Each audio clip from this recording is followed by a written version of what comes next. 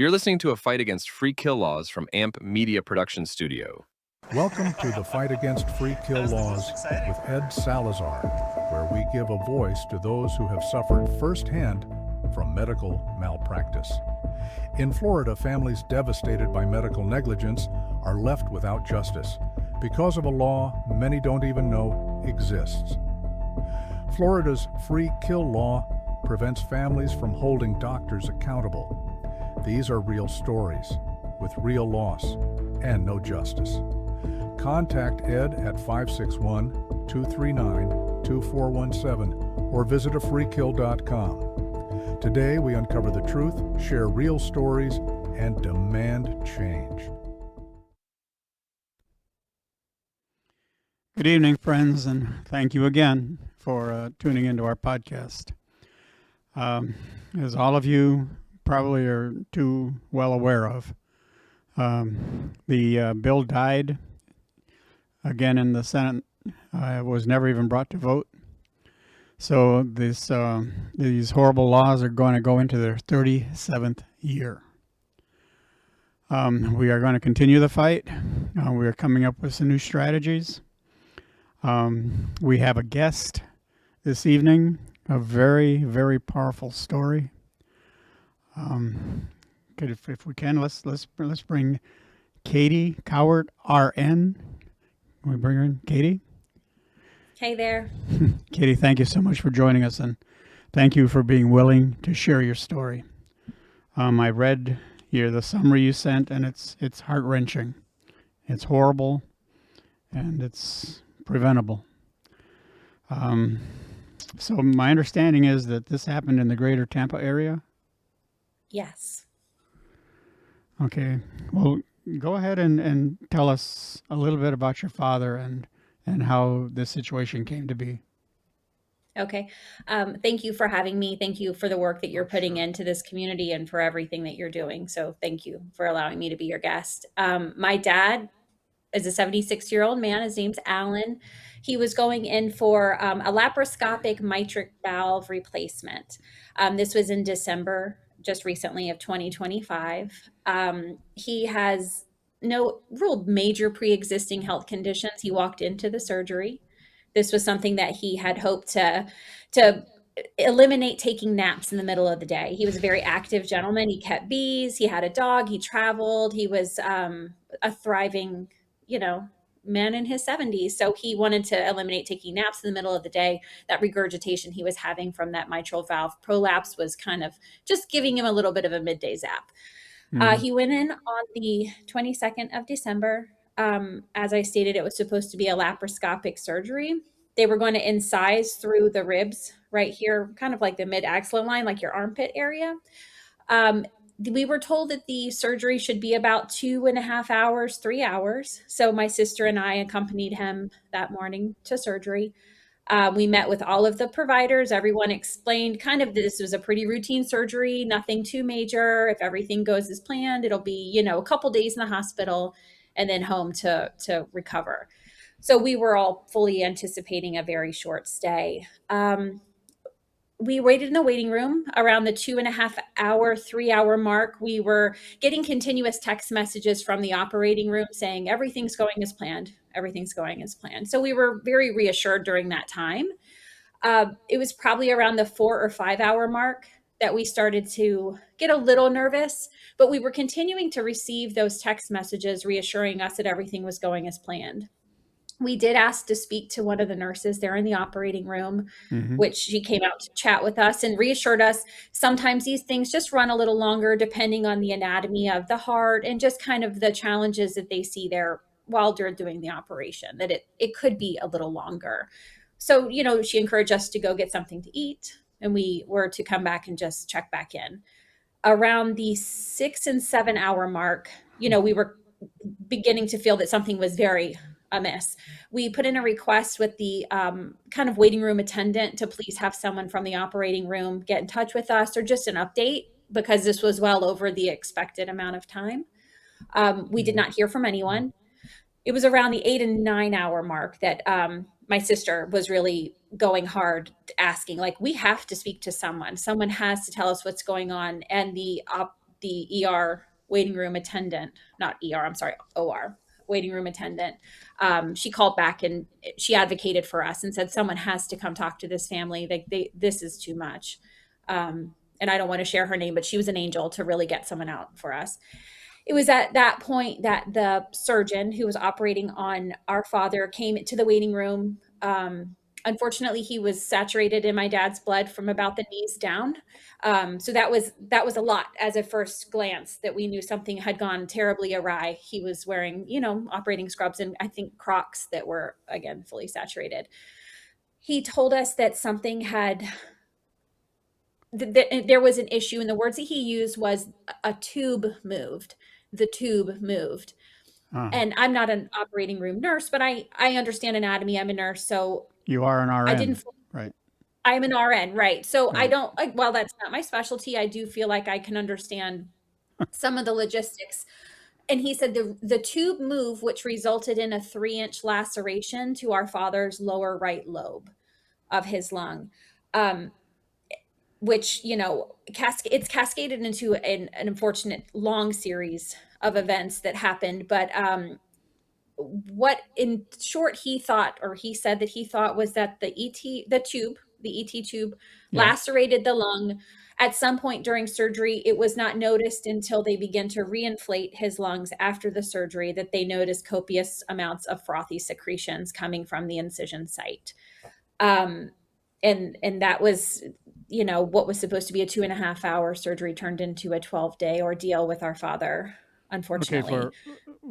For the viewers, real quick, the endotracheal tube, the breathing tube, the tube itself is only about 12 inches long in total, Correct. and Right. it goes in through the mouth, through the trachea, and it's supposed to ideally sit in an area called the carina, which is right above where the two main stem bronchi meet. Okay, Correct. so, but the surgeon told you that the tube had gone all the way down through the Correct. entire bronchial tree to Right. the right base and Yes. resulted in a 3-inch laceration. That, Correct. There's no planet which we live on that would be a thing that happens. agreed. So, and we just continued to kind of question it, like, tell me again what happened, tell me again what happened. And he stuck by the tube moved. It's even in the chart because I wanted immediate access to his chart.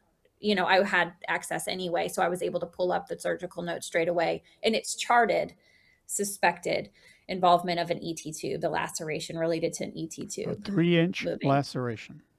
3-inch laceration. Yeah. So like I said, it cascaded into a series of events that was nearly impossible for anyone to come back from. It's just inconceivable, and there was never really any accountability. We, during our father's stay, we did get a chance to kind of continue to question the ET tube theory. Yeah. We did get a chance to meet with the head of anesthesia, not the person who was there in the room with our father, but it was someone who was the head of anesthesia. And he explained to us that there just anatomically was no way. With a movement of a tube, it's a millimeter movement, micro movements to adjust to the patient, not large sweeping motions that would cause a 3-inch laceration on top of the mechanics of that with that particular type of machinery and the things that you're using, the procedures, they're not rigid in that way. Right. Well, So yes, it seems like so this was the head of anesthesia that came out to talk to you, not the actual anesthesiologist. correct. We never were able to actually speak to that person, but yes, Well, the that head of person was anesthesia. probably incensed that the surgeon was trying to throw Yes. him under the bus.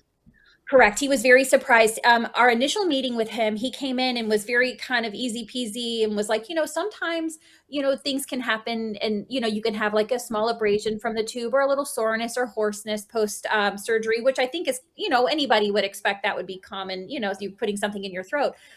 But it was very clear that he wasn't familiar with our dad's case. So my sister and I wanted him to become familiar. So we said, why don't you take a minute, get familiar with his case and come back? We're going to be here. We were there 12 hours a day, every day. at that time, it was about 10 minutes. He came back and he had an armful of all of the equipment used in our father's procedure. He was gracious enough to take us into the staff room. We opened up all of the tubing. We felt it. We saw how the stylets worked. We were able to kind of feel the equipment, and he reassured us that that is just not And the possible. stylet is the rod that goes inside the tube to help make it rigid Yes, enough so that they can direct it to get it in the right location. correct. But there again, Correct. it's not long enough. No, it just could not possibly do. And, due to the anatomy. So, as again, we're kind of pondering this situation, I did ask the surgeon, can you tell me if the laceration, if the edges were approximated or were they rigid? Meaning, does it look like a clean slice or does it look like a rip? A traumatic He tear. was not able to Yeah. answer those questions. I wanted to know if the laceration ran parallel to the ribs, kind of in between there. You have your rib, and then that's what feels like a little bit of like a squishy part in between the rib, that intercostal muscle there. Did it run parallel to that? Was it perhaps a slice that was done trying to get into doing the procedure? Is my suspicion. And then when they And you're opened him still a up, long way from the heart there. correct, you're on the opposite side of the body. But if they have deflated the lung to get to the body, and if it was already deflated and he cut it, was the body cavity then filling up with blood during the time that they were operating, and then upon them inflating him back up, they were able to see those frothy secretions. He did struggle with, obviously, loads of secretions inside his lungs for the bulk of his stay. I don't think he ever really got on top of that. There was respiratory was involved heavily with suctioning him frequently and trying to get those lungs cleared up. So what happened post-op? You know, by the time we finally got to see Dad, it was probably 3 in the morning. We came in at 5 the previous morning. He was on an ECMO machine, which is the highest form of life support. He was on Hmm. the double pass ECMO. He was also on a vent at that time. Those were the two things that were sustaining him. Just profuse swelling of the face. He was almost unrecognizable. Yeah. Well, just for the sake of the viewers, ECMO, it stands for extracorporeal membrane oxygenation, and it's a technique to actually bypass the lungs and oxygenate. You have a membrane system that oxygenates the blood and then pumps it back into the body. And I suppose because there was a tear in the lung that they wanted to try to suture, they would have to keep the lung inactive in order for it Right, to repair. So that's right. what they were trying to do with the ECMO.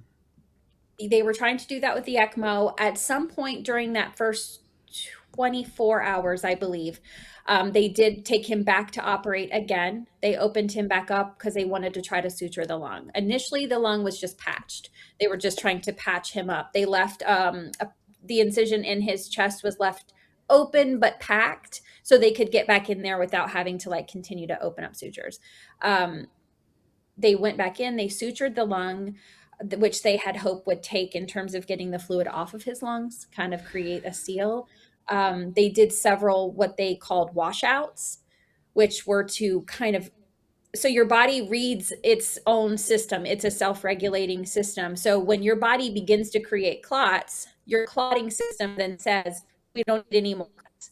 But what was happening is Dad's body had coagulated blood within his body cavity, which his body read as a clot, but really he was still bleeding and needed to clot. So they were taking him in, washing out his whole cavity to free his body of those clots to try to stimulate the clotting factors for the injuries to the lung.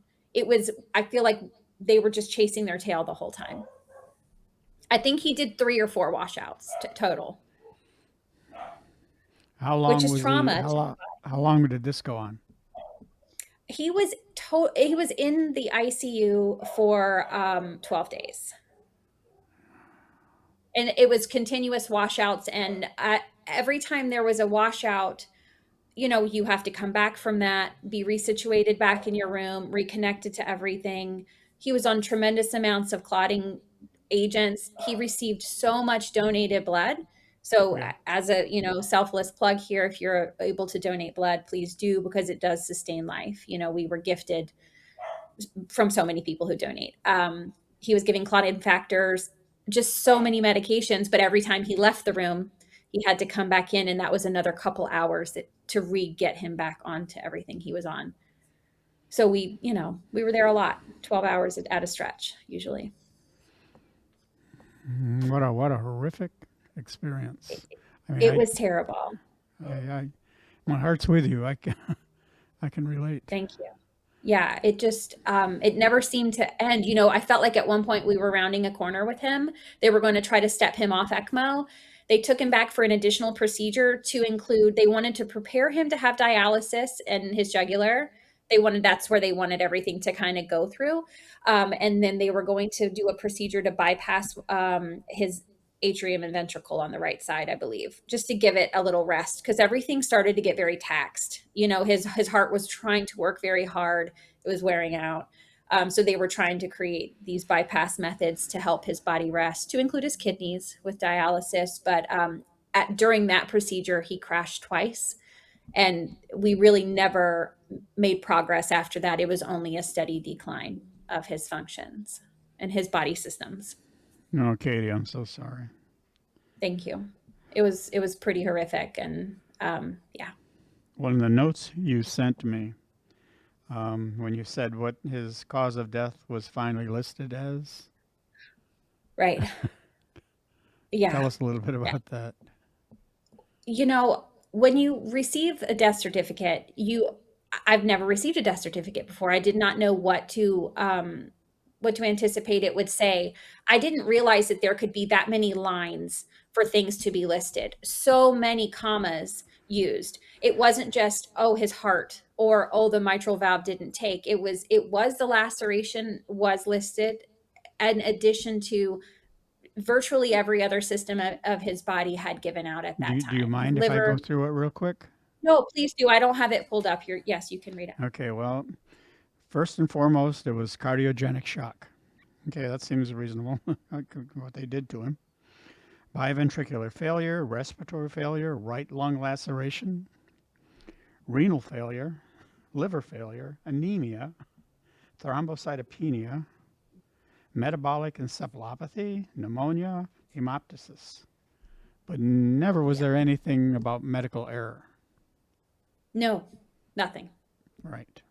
Nothing. And when we would speak, we did make a point to meet with the team, because I feel like they were asking us what the plan was. And we really didn't understand from their perspective what the plan was. What was the long term here? What did this look like for him? What was being done to him? At what point are we doing things for him? And then when you transition to doing things to him, we just needed to understand from a medical perspective, because in that point, I'm not a nurse, I'm a daughter. We met with the whole team, and the surgeon was present, who was the head of this whole thing. And at one point, he just says, there are risks with surgery.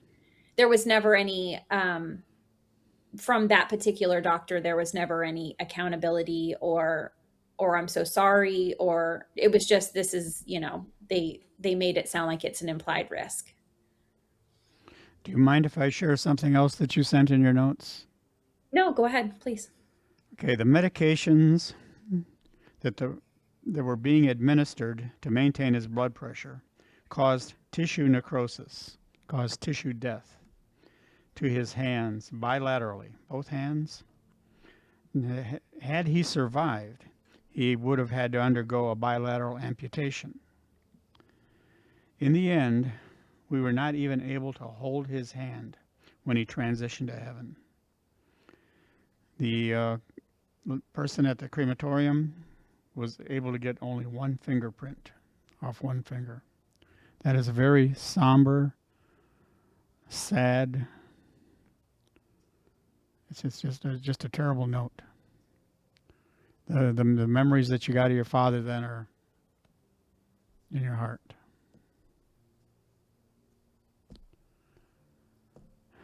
Katie, are you still with me, Katie?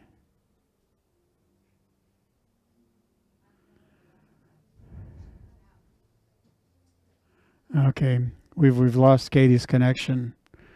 We'll get back to it in just a minute. Okay, also in Katie's notes, she said that at this point they are still waiting on autopsy results. Okay, so we're talking what 3 months to 2, maybe 3 months since this horrible situation happened. They still do not have an official autopsy report.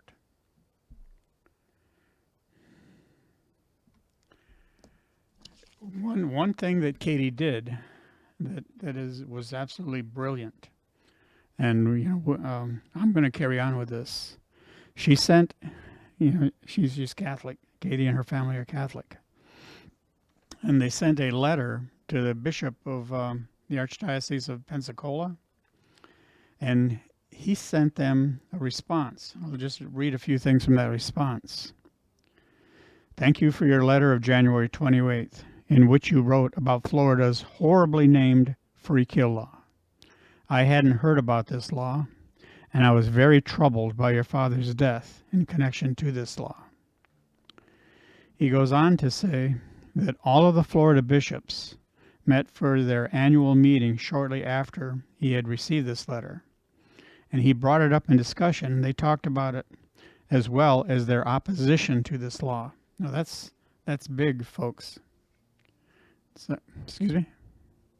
Oh, I'm sorry. We're going to take a quick commercial break. I'm sorry.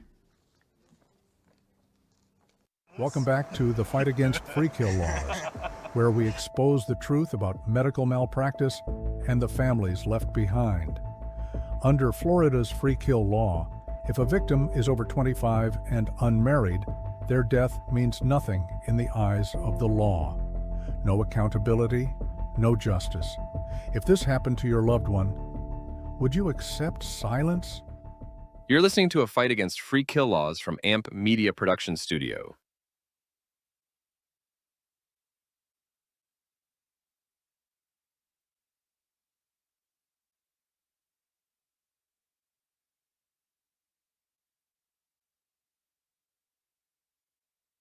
Welcome back to the Fight Against Free Kill Laws, where we expose the truth about medical malpractice and the families left behind. Under Florida's free kill law, if a victim is over 25 and unmarried, their death means nothing in the eyes of the law. No accountability, no justice. If this happened to your loved one, would you accept silence? You're listening to a Fight Against Free Kill Laws from AMP Media Production Studio. All right, folks. I'm sorry for that interruption. But as I was saying, in this letter from the bishop in Pensacola,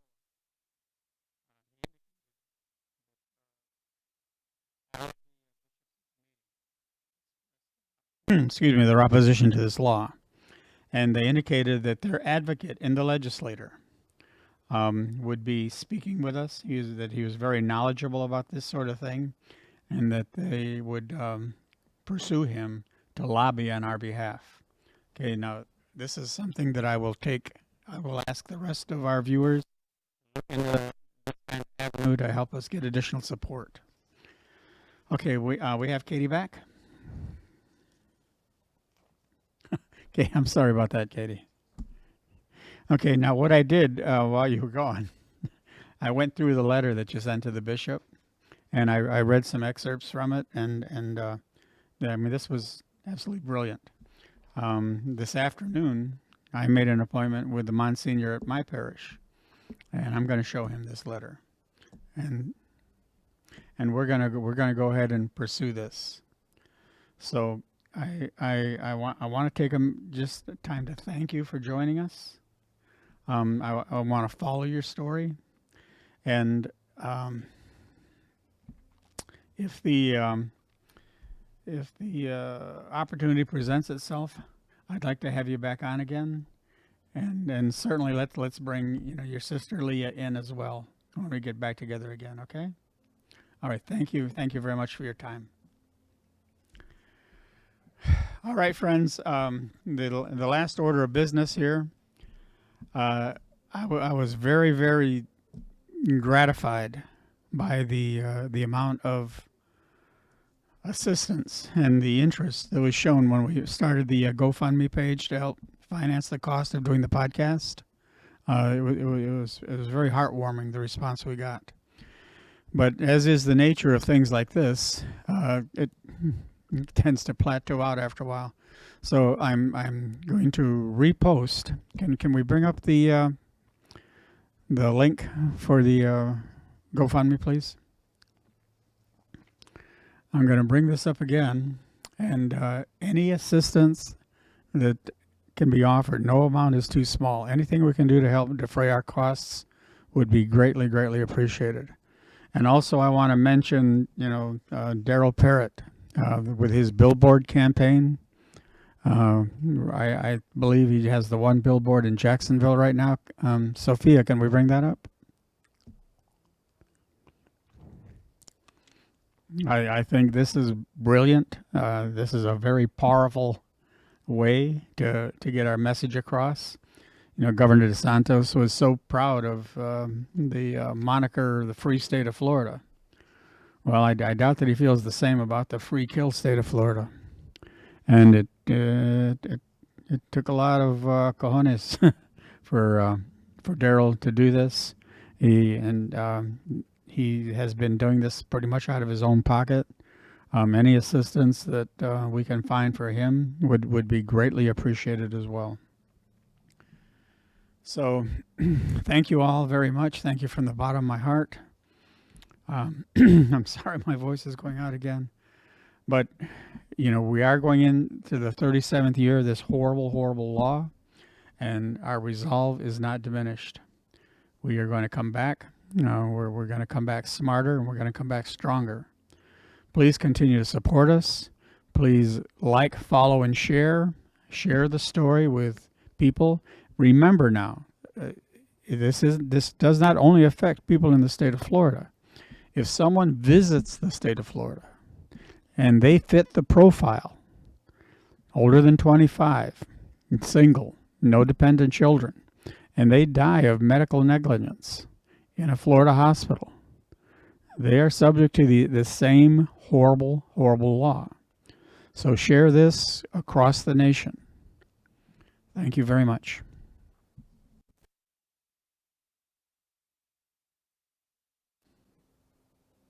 Thank you for watching The Fight Against Free Kill Laws with Ed Salazar, where we interview those who have dealt firsthand with medical malpractice. Families are devastated by medical malpractice and left with no justice. This isn't just a loophole. It's a failure to protect the ones we love. It's time to change the law. It's time for accountability. Contact your state legislatures, visit afreekill.com for more information on how to help, or contact Ed at 561-239-2417. Because every life should matter. You're listening to a fight against free kill laws from AMP Media Production Studio.